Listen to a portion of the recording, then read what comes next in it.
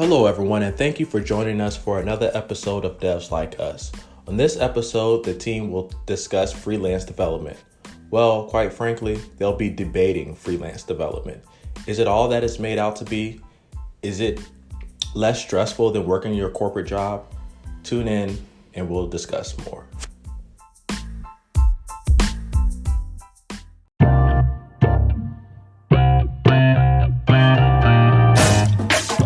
Hey guys, welcome back to another episode of Devs Like Us. I'm JB. I'm Clarence. I'm Terrence. So we're going to keep up with, normal order of business. So how's everybody week been going? How's everybody feeling? I'm tired. I don't even know what day it is, but I'm here. I mean, these short weeks be getting to me. I understand. It's been a rough short week, It's always like, oh yeah, it'll be easy, be quick. And it takes forever to get to the end. It's been a long week, so I understand. It's like, whew, we're almost there. I get it. One more day. That's One more day. You get a smidge of rest, and then we hop back into it. Exactly. Winter's here. The apple cider is brewing. The coffee's going. Oh yes. Hot chocolate spice in the store with the little marshmallows. Marshmallows or no marshmallows in the hot chocolate? It depends. I'm a marshmallows kind of girl. It depends on the morning. Well, you in your own little circle. I like my little marshmallows. But let's get on topic today. So today's topic, freelancing. Ooh. How do we feel about it? What do you think about it? Like, is it good, bad? The ugly, all that good stuff. So, to start us out, what does freelancing mean to you, T-Man? As a developer? Yeah, as a developer. I mean, we're devs like us. So yeah, as a developer. So you can definitely have, when I think freelancing, that work is the work that you're doing. Basically, you're picking the work that you want to do. You're not held to a specific employer you're basically out there in the wild on your own, choosing the work that you want to do. You're trying to set your prices or negotiating your prices, and you're really all in one shop. Not saying that you can't have a team while you're out there freelancing and you can't subcontract work to others, but you're basically doing that work on your own. And so there's some freelancers where they do 100% freelance, and then some folks who have that main job, that stability with that main job, have that good insurance with that employer, and that differs based off of what country you're in. But you're not in the U.S. for sure. It's really tied to your employment for the most part. And so some folks keep their main job for that, and then they have some percentage where they do freelance work on the side as well. So I'm thinking freelance work, though, you kind of have more of an option. Depending on your financial stability, on what you pick and choose as far as work goes. Clarence, how you feel? What do you think about it? For me, freelance means flexibility. One thing I think T-Man touched on. I disagree. And I'm gonna get this going early. I just hit this wall early, I guess. Are you starting a feud already? I think freelancing is less flexibility. I feel as though freelancing in some ways forces you to take things that you might not want, or roles that you might not want, just to make sure that you're getting that income that you need. So I feel as though there are some, or in my opinion, few that are able to pick out those roles or those jobs that they like, that they really enjoy, in the customers that they enjoy working with. But starting out, there's a lot of, freelancing is just this beautiful thing. It is hard out there. Being all in one shop, going out there in the world, it's rough. And it can mean flexibility, but you have to work like I don't know what, just to build up that opportunity to get that flexibility. There's a lot of jobs out there where they have like unlimited paid time off. That's not most places, but there are some companies that have that. It's hard to compete with some of these big time companies as far as like freelancing life versus some of these big time companies. It is hard to compete. And in my opinion, in my opinion, I feel as though advertising. He is coming for me. I got one word out. I'm sorry. I was watching ESPN this morning. Skip Bayless and Sam Sharp, they was getting at it, and that's kind of what I'm doing. But I feel as though freelancing, not to discourage anybody, but to be 100% freelancer, you better have that money saved up, or you better really, really build up that clientele before you take that jump. I know everyone is like, oh, you can't see how it is until you take that jump. You better have at least 6 months to a year worth of finances set up so you can be right out there. So flexibility is a potential. You can have the flexibility potentially, but I wouldn't expect it up front at all. Yeah, definitely. You continue, Clarence. I just had to get that out. Yeah. Since now that he's finished, Clarence, tell us how you feel about freelance. Devs like us, audience, don't forget, you can do it. I don't want you to feel like you can't be a freelancer. You can do it. But no, you just threw everybody off. Nobody wants to freelance ever in life. I'm afraid to use another word because I don't know what kind of response I give. Flexibility, no. So freedom, absolutely not. As Terrence so thoroughly put out there, I was gonna say, I do think when I think of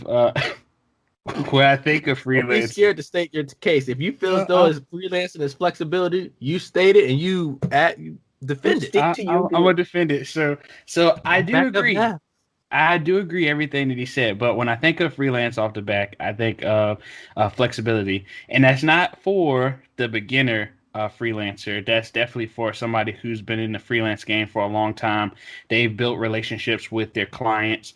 They have a high reputation where people are relying on them, or they don't really worry as much because they have that reputation that kind of holds them over, and it builds that backlog of projects because when you first start out, you're hungry, you want different types of projects, you want certain projects, but when you are starting out, sometimes you don't really get a choice. You might have to pick up some crappy projects to kind of get your name out there, and again build like that relationship with customers that they're easily or they would refer you to other folks. So I kind of compare freelancing to just like your regular 9-to-5, where your first job might not be your dream job. You comparing freelancing to 9-to-5? Yes. I compare freelancing. Let me get in close on this one because I need to hear this. And I'm gonna tell you this, and this goes into business, and I'm gonna let you go back. And JB, you're not doing a great job at keeping me off of him right now. Because you just trying to take over. Is this a podcast or a debate?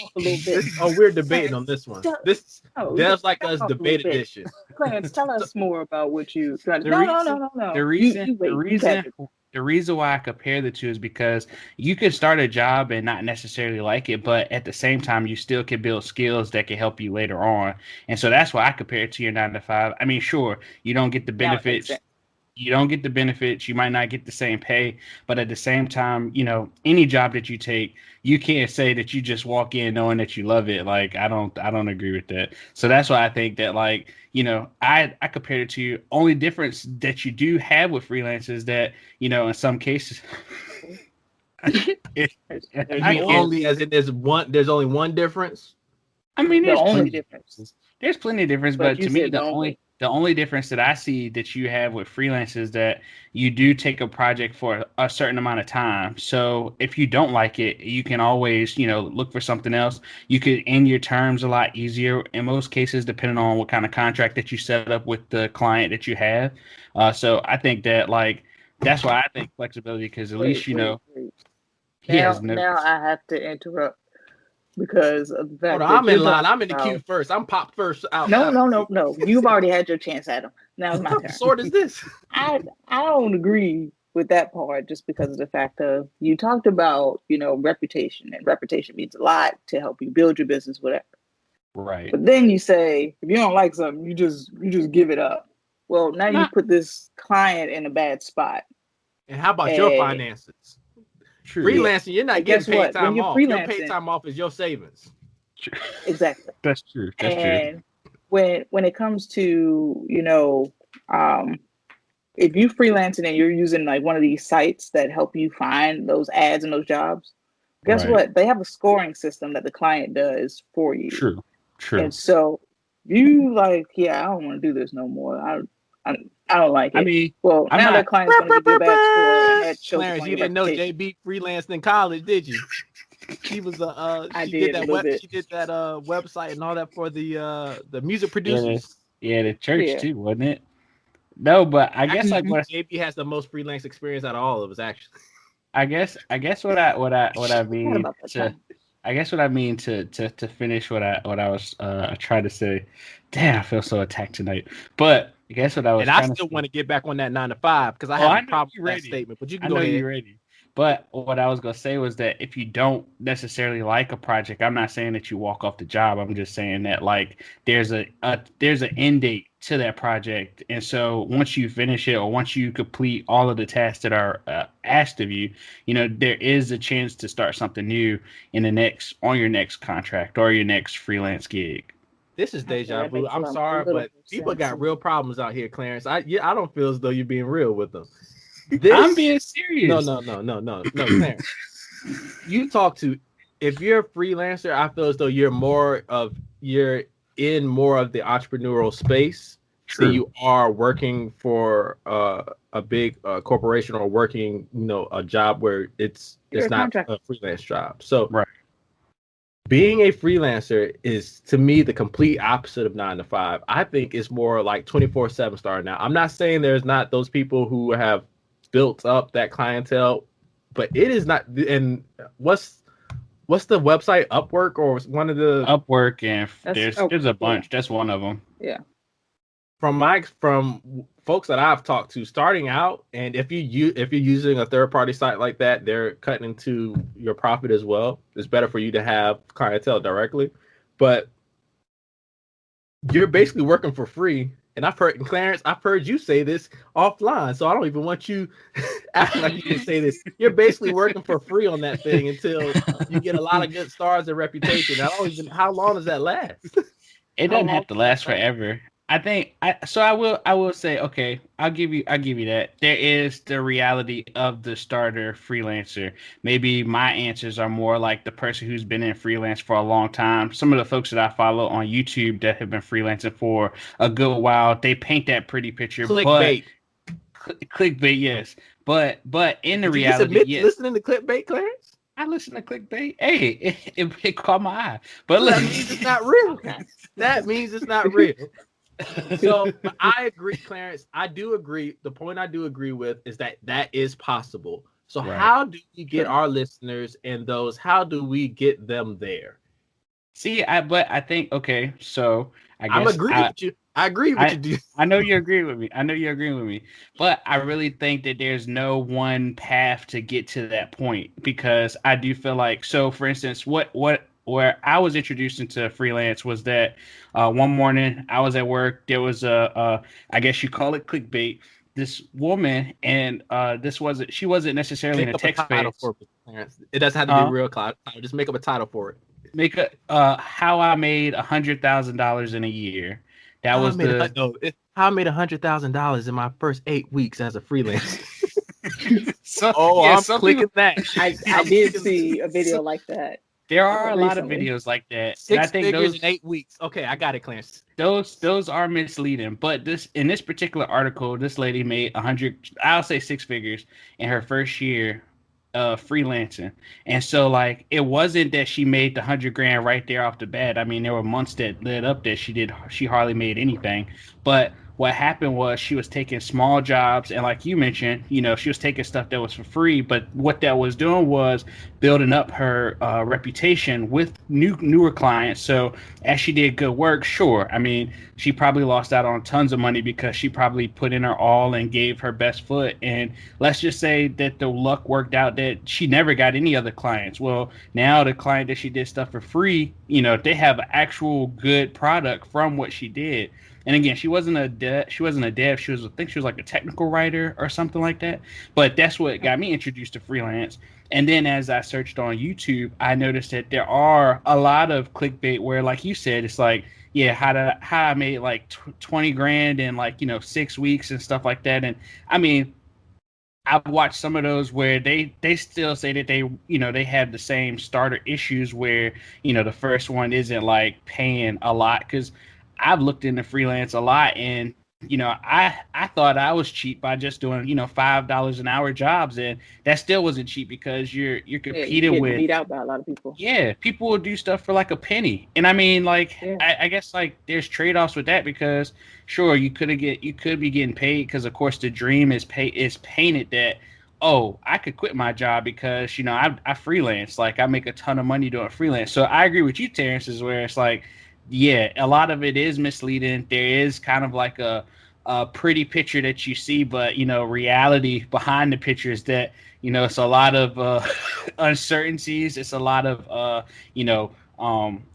trying to think of the word in terms of pain, but just like a lot of things that just don't, from a distance it looks good, but when you get really close up on it, it's just like you see a lot of the problems, or the issues with the actual pain in itself. So I mean, I think it could go either way you look at it. It could be good, it could be bad. I do think one thing that I've noticed a lot of folks have been doing, especially since the pandemic, is that they have been trying to get more people to freelance, because it does at least offer you, if you do it on the side, it might offer you extra income, or building your skills. So that's maybe one of the biggest benefits, is that sure, you might not get paid for a lot of work that you do, but at the same time, if you want to build a portfolio and you have if you have a dry brainstorming session with yourself or your friends, at least freelance will offer a chance for you to get some new stuff to work on, some stuff outside of your day-to-day work. I mean, heck, it could even lead you to learning a new skill that you didn't even know that you would be good at, that you wouldn't normally see in your 9 to 5. That brings up a great point, Clarence, and that's in my opinion one of the biggest benefits of freelance work is not necessarily the flexibility, even though that is an option that you can work towards. I believe like those doors that we once felt as though were not open to that they weren't open to everyone. Hey, I can't get that. How everyone's asking for X amount of years of experience. Everyone wants this amount of experience, and I can't get hired. I can't get hired because I don't have experience. If you have internet and a laptop or a compute device, you can get on these devices and you can start building up your portfolio. If you have these access to these resources, internet, and you have a computer, you can build your portfolio. So that's the beauty I love about freelance work, and not only freelance work, but those freelancing platforms where you can get on and sign up and start to take these jobs. And like you said, it's not something that we would want anyone to live off of starting out, but you're building up that portfolio, and it's an investment in yourself to where you're going to get that job. Or and in my opinion, I do feel as though it's very hard to just, I've only been a freelancer all my life. Everyone that's been a successful freelancer has worked in some type of with some form of company. I'm pretty sure there's some very good designers maybe who are just very, very social, well-known people, because there is a networking piece to that. You could be the best person, but if you're just in your basement and not connecting with people, no one would know. So there's a whole nother aspect to freelancer. You can't just be good at what you do on the computer. You have to actually go out and be able to market with yourself. You need engagement. Market yourself out there, engage with others. When there are these meetups, as we always talk about, you have to be able to go out and not just sit in the corner. You have to talk. You have to have your business card. You're an entrepreneur, and that's why I mentioned that earlier. And that is a tough skill. Most of the time, folks are either really good at one or the other, or okay at one or the other. And so it's a very, very special person to be able to have that technical skills and have that entrepreneurial like spirit and the I'm gonna wake up earlier than you, I'm gonna stay up later than you type of mentality. And that's why I disagree with the 9 to 5 so much, because when I'm thinking about entrepreneur, they are working hard. And a lot of times when we see people are starting these businesses, we're like, oh, they just look like they just have their own schedule. No, these folks are working hard. And a lot of times they're not even counting their hours. When you're with that corporate job, oh, let me get my 40 hours in and out. No, when you're an entrepreneur, it's that phone is ringing constantly. You're up constantly trying to figure out how are you going to make sure that you're getting the cushion you need to survive, because no one's cutting you the check. You have to do, like, you have to go out and get that on your own. So Yeah. it's real. I admire anyone that's out there and doing that 100% successfully. But like I said, I do feel as though the biggest benefit from my eyes is building up a portfolio. If you're in college, and something happens where you might not get the internship, you can always go online and start building. It takes time, and it's a grind, but it is an investment in yourself. Right. And I'm all for it. And I do feel as though when you do get that company job, that you still have a lot of hours because to me that is helps you have more of a work-life balance than just 100% freelancing off the back. And you probably will be more financially stable for the most part. And so use that company job to where you can start doing some hours on the side, doing a freelance job and bringing up your clientele. Then you can start saying, oh, I'm making X amount of dollars over here. Then maybe it's a better way for you to figure out, can I make that jump or not? Right. And then, but depending on where you live too, that insurance is real. Is real. Yeah. A lot of times these companies are matching what you're putting in your 401k. So that 100,000.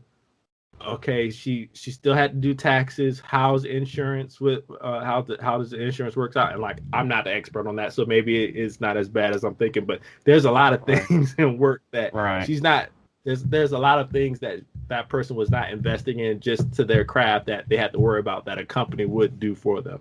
But I don't want to be the like crusher of dreams. I just want to. Oh, you totally just stepped on the bug. No, I'm setting real expectations. Let me end it by saying you're you can definitely do it. selling real expectations, but you also out here crushing dreams. Just like, look, it won't be like this when you start. Don't you get out here think you're gonna make it. JB, do you agree with the being a freelancer is a 9 to 5 type of job? Definitely not a 9 to 5 type thing.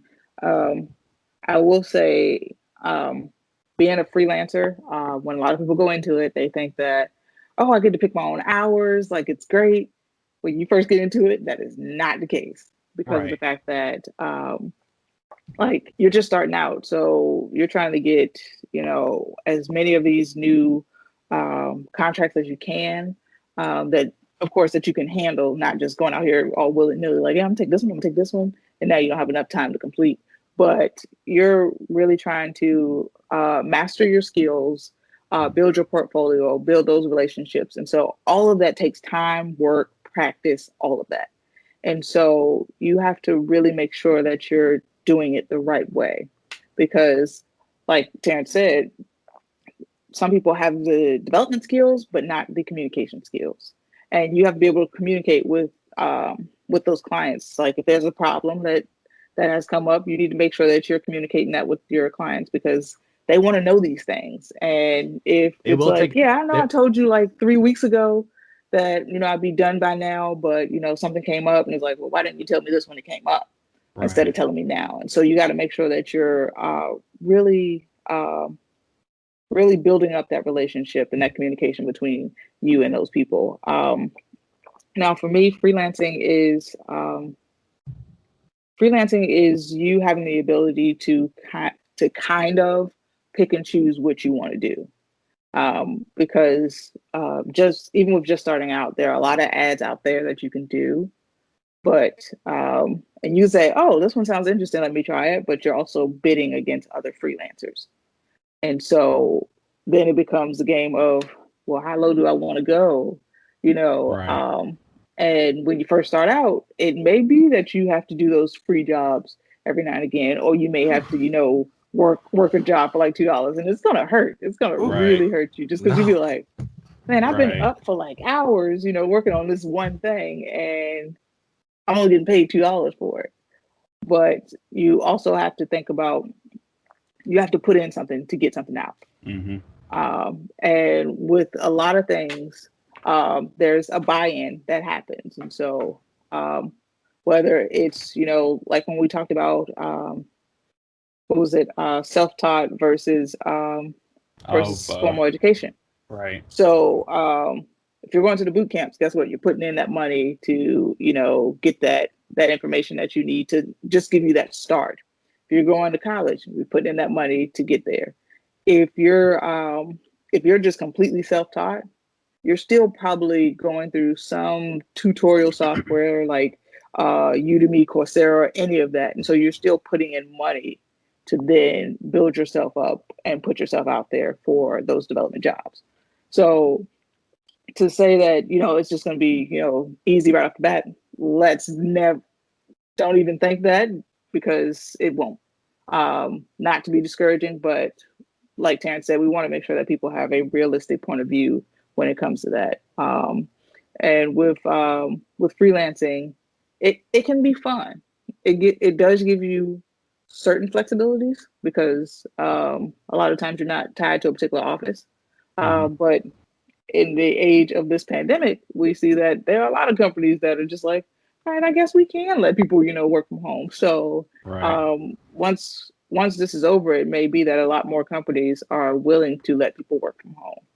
Now, with that dynamic, they have to figure out communication and how to keep that going and morale and all that stuff. But that's on companies. When it comes to freelancing, if you want to, if you stay close to a beach and you want to go to the beach, you can do that. As long as you got your little hotspot with you or whatever to connect to the internet, then you're good. You have that flexibility for that.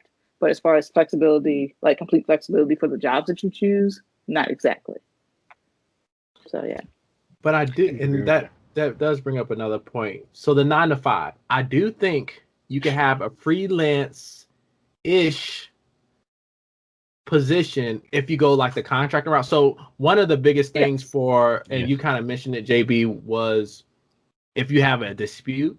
So if you're freelancing by yourself, I feel like everyone deserves some form of team shared resources, because it's kind of like buying in bulk at Sam's versus like just buying it somewhere else. Like if we're buying wholesale, so share, like that was a bad analogy. No, I like it. I like it. I didn't expect that. Basically, what I'm saying, like if you're a freelancer, it might be better for you to form some form of group with other freelancers to where you guys can share resources with so basically if you're a freelancer by yourself, you're either going to be your own HR, or you're going to have HR contracted out. You're going to have your own legal team or somebody looking over your contracts, because you're going to be signing contracts, and I don't like signing that stuff by myself.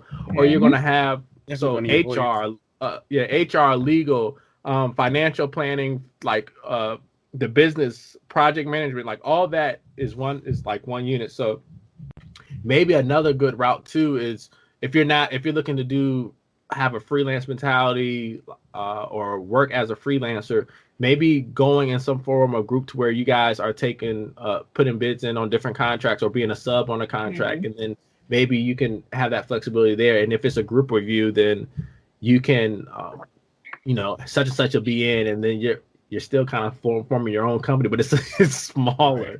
So I do think contracting may give you that option to where you're just not like at one place too, and you can be in some of these big time corporations too, because they do have contractors as well. So that is an option as well. Clarence, how are you feeling too since we've had this dialogue? Are you had any other points you want to bring up? Nah, I mean, Terrence has killed all your dreams. Yeah, he did. I feel like I was looking for my tissue, but I put it somewhere. So it fell elsewhere. But I mean, for me, I've looked into freelance for some years, and yes, I do know that it's super tough. I keep balancing back and forth. Would I go that route? I think definitely I'll have to take on that first gig to kind of really get a feel for it. But I know, for me, I know personally, I don't like staying anywhere too long. So for me, freelancing just seems like it fits with kind of like my outlook on life, which is that, you take a gig, you learn, you do, you perform, you complete, you learn, then you move on to another gig, you learn from that, it's a repeated cycle. And I mean, what I was trying to get at when I meant by flexibility is that, yes, at the beginning, I wouldn't be, going on vacation and, like just kind of hanging out with everybody and all that kind of stuff. But yeah, I would definitely have to put in that work and build up that portfolio, build up that, again, like I said, I can't preach enough, but that reputation with my clients so that, eventually, like, I do believe starting off, you're begging people, you're calling them up, you're sending those, you're sending those packages, gifts and stuff like that. Like, please let me work on your project. But I do think over time, you kind of just you have a point where like people call you, and I think that's what I really meant by flexibility is that it's really good. And I mean, you could get that without even freelancing, because you could work for a company for some years, somebody else starts their own company, and then bam, they want you to work for them. I mean, that's not necessarily a full-time freelancer, but it's kind of started out because it's not like the same what's the word I'm looking for? It's not the same safety net that you get with the company. So, my biggest thing when I think of freelancing is like, yeah, it definitely takes away that safety net that you get from your 9 to 5. But if you're a right fit and you hold expertise or knowledge of all of those things like you listed that you have to have in order to be successful, I mean, why wouldn't you want to take that route? I mean, again, it isn't all peaches and cream, but at the same time, it's not that you can't put in the work to make it that. Yeah. So I get that. And so with all of that, we've kind of talked about what we all think of freelancing. And we know that Clarence has, been studying freelancing for years, thinking about getting into it. But T-Man, have you thought about doing any freelancing throughout the course of your career? Yes, but all of my goals or plans centered around freelancing was never 100% freelancing. It was more so part-time subsidized with teaching, hopefully having income from like educational materials through some of the online learning frameworks. And it was never just 100% of the income. I just can't see myself having like 100% be freelance. Now I would potentially go the contracting route or having that route. But I think I tend to like the benefits that come with being a part of a company, even if it's as a contractor. right. So right. Yeah, I do like that aspect. So I guess like what got me looking into it was kind of the same approach, T. I was thinking like, oh, this would just be part-time. But I think the reason why I look at it more from 100% standpoint now is that the more research that I've done is that like, when I first started looking at it, everybody was just like, oh yeah, you do a couple hours here and there. Like, you pick up a small project, maybe for like a church or a local business that just needs a website, and boom, a couple nights a week, and they're happy, you're happy, like you get paid, they get revenue, and it's just like all peaches and cream. But the reality that a lot of the freelancers don't tell you, and especially some of the ones that I've seen on YouTube, is that like they did that at first too, and it just became, and like you said, it just took up more time than what was actually asked of you in the beginning. So it actually turned into 100% thing. And I mean, that made them successful at it, but that's not to say that there aren't others who aren't sharing their story who are like, I would never do it. Like they'll give you that perspective of like, I would never do it again because X, Y, and Z. And I also do believe that, when that contract's in front of you, that's different. So that does, even though that could be a scary thing, if you have the right legal representation, that can give you that comfort too. So if I'm on contract for somebody for X amount of, for a year or X amount of, or 2 years or however, that maybe that could take that feeling away from me too, then I would be able to adjust that as well. So right. That could be a part of why maybe I'm so harsh on it too. Because there are some people out there that have great contracts and they're a freelancer too. But I do think having a team helps because life hits. I wouldn't want to be the sole person on a project. So I think there's where that contracting piece comes in with the freelancing, because you don't want to be the only person for that church or whatever company. I also feel like that comes into number one, that comes into how your contract is written. In the niche, right? Also, so like you said, the niche. So maybe you're a freelancer, but you're just doing, this is my part that I do, and that's it. In this big, and also you get to choose the size of the commitment that you take on. So that's up to you to be sure that you're not taking on like a full like business type development Right. contract where it's like, yeah, I need like, this full blown network set up with, this software to run on top and all that stuff. Yeah, you don't need to take that on because that's just over the top and you're just one person. But being able to just say, oh, you need this, particular type of functionality. Oh, okay, I could do that. That's simple. And so it takes you to be the person that's, making those decisions because you have to really think about that. Right. So for me, I've done freelancing before. It wasn't really my favorite, just because sometimes the customers kind of got, way more demanding than I felt they should have for certain things. Where it's like, okay, so you go through this process, and you give them the options, and and it's like, well, I can do it this way, I can do it this way, I can do it that way, and they make the decision on their own. Like you're not influencing their decision at all. And then as you're going through, it's like, you know what? Wait, I don't want it like that anymore. And it's like, well, wait a minute. Like we've already agreed on this. I've already started my development, all these things. And now, granted, it may have been that I just didn't write up my contracts the correct way because this was me being like young in college and hey, I want to make some money type thing. And so, I was just happy you had a contract. We were in college. I was like, JB, you got a contract? Yeah, exactly. I thought that was so cool. Like, I was like, I wish. I was how like, do we is that get legal? on? I don't know. I don't know. How do we get on? Let us tell us. They please. signed. Who talked to me? Exactly. And so yeah, it was just the demand was a lot. Now, granted, I was also in grad school at the time, so trying to do that plus being in grad school's demanding, and that's demanding. So there's a lot of time that you're just those two things are competing with each other.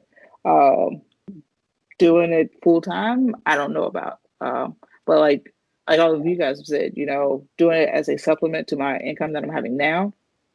Possibly, I may go back to it, but with my own set of stipulations as I go into it to say that I and recognize that I have a job and this is my full time career. This is my bread and butter. This is just my little piece on the side type of thing. And so yeah, but when I was doing those jobs, I mean, I had fun because I was learning new things. And it's like, oh yeah, I didn't know I could do that. Well, let me see how this works. Let me see how that works, type of thing. And so that is one of the good benefits of being a freelancer is that you have a lot more freedom to try out new things. But like T-Man said, like you don't have that security blanket or that umbrella to be under a company, because with a company, you have that project manager that's there. True. They are usually the person that's interfacing with that customer, so they can they have a little more leeway than we're pretty much trained to do, as far as being that pushback. Like, okay, we've already agreed on this. Like, this is the direction you said you wanted to go. Type of thing where it's like a PM has, to me, better negotiation skills than I would ever have, just because they've been doing it for a while. They know how that conversation works. They know how to talk with people, all those things. And so when you're a freelancer, you're just out here like fish fresh out of water. It's like, I mean, I think I can do it, but we already kind of agreed. It becomes a little more passive aggressive than being than to be just like, look, we've already set these things. It's already in motion. Like, this is how it has to go, type of thing. And so it's a lot of those soft skills that have to come into play. Those are all great points. And I think we were hinting at something, but I wanted to make sure that we define the two. So can I read it off real quick? The difference between a freelancer and a contractor? Mm-hmm. Yeah. A freelancer is someone that does odd jobs for various clients as their main occupation. A contractor is someone that is contracted for a certain amount of time or a project and paid based on hours worked. So I like that certain amount of time. I like knowing that certain amount of time. I like knowing the hours, and they're probably going to inherit some resources because they got, I don't know. I like the contractor one better than the freelancer one. Yeah. But the freelancer one, I can do freelance, like JB said. I can do the freelancing on the side along with that main stability. I don't know. I like being stable. Maybe it's the kids that's made me that way. I see. Okay, but here's my thing. This is what really drew me into freelance, and this is just from my own personal experience, and that is that like I learned early on in my career that safety net that they claim you have isn't always a safety net. In But some that is cases, true. You exposed us on that one. That is true. Hey, you can be gone. yeah, you could be gone. You know, you could you. I've seen. You know, you go make your coffee. You go. You know, go talk to everybody on the floor. You say how you do. Security sitting there with your box. Can I finish my cup? Like, can I? This ain't a to-go cup. No, this take is it a with you. mug. It's not going to get him. Now he's the discouraging one from working.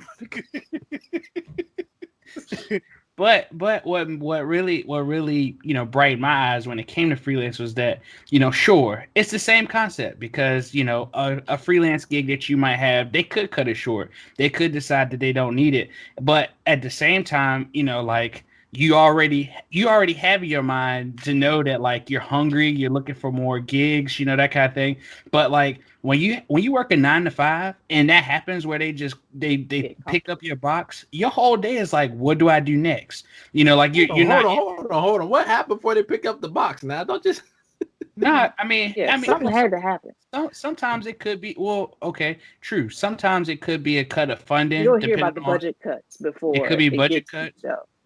But you're getting a package. You're getting a package. Not all the time. Sometimes there's a package. Sometimes you're not.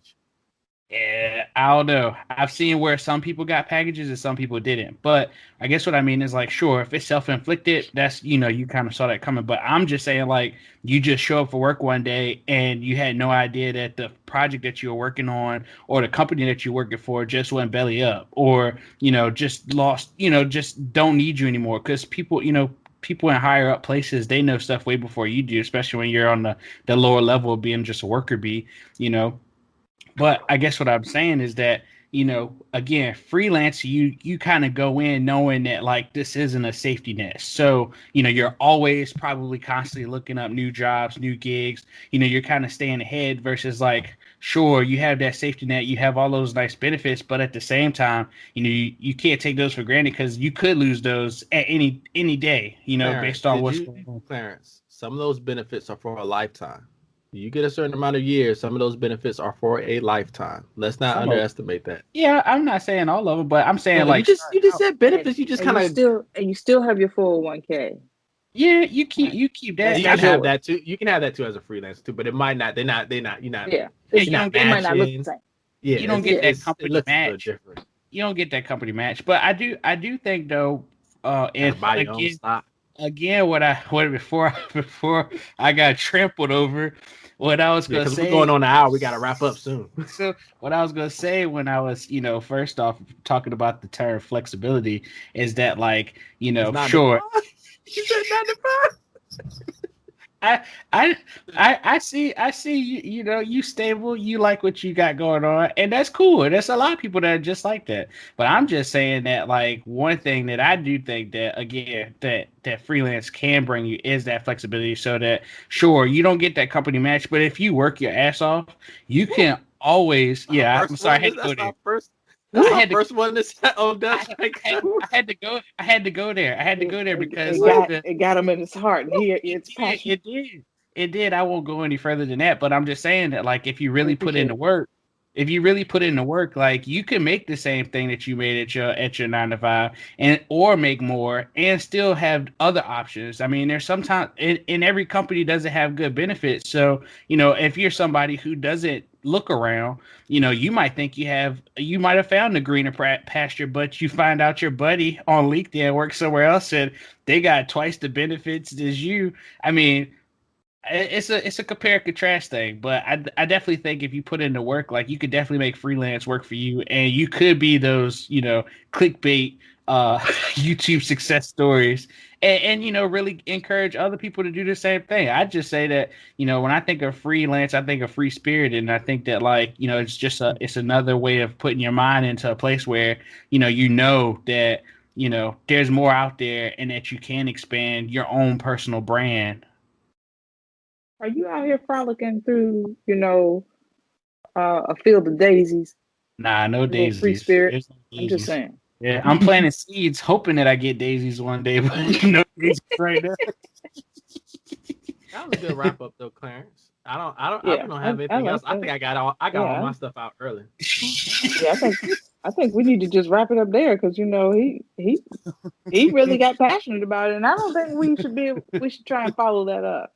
So I'm gonna go ahead and wrap this up. I want to know what our users have to think. Like, do we have any? Or are you gonna put that in your wrap up? Because I'm just I curious. Like, was, but no, you already started. Go ahead. I'm It's really on you. curious for all of our listeners. Have you considered freelance? Have you thought about it? Are you a freelancer? You know, like if you did consider it, you know, are there reasons why you're holding back from not doing it? You know, just let us know because we're kind of curious. Because I do think that it's no right or wrong when it comes to it, and I think that like what as T-Man stated, you know, Oh, there's it a wrong. is. If those bills aren't paid, that's wrong.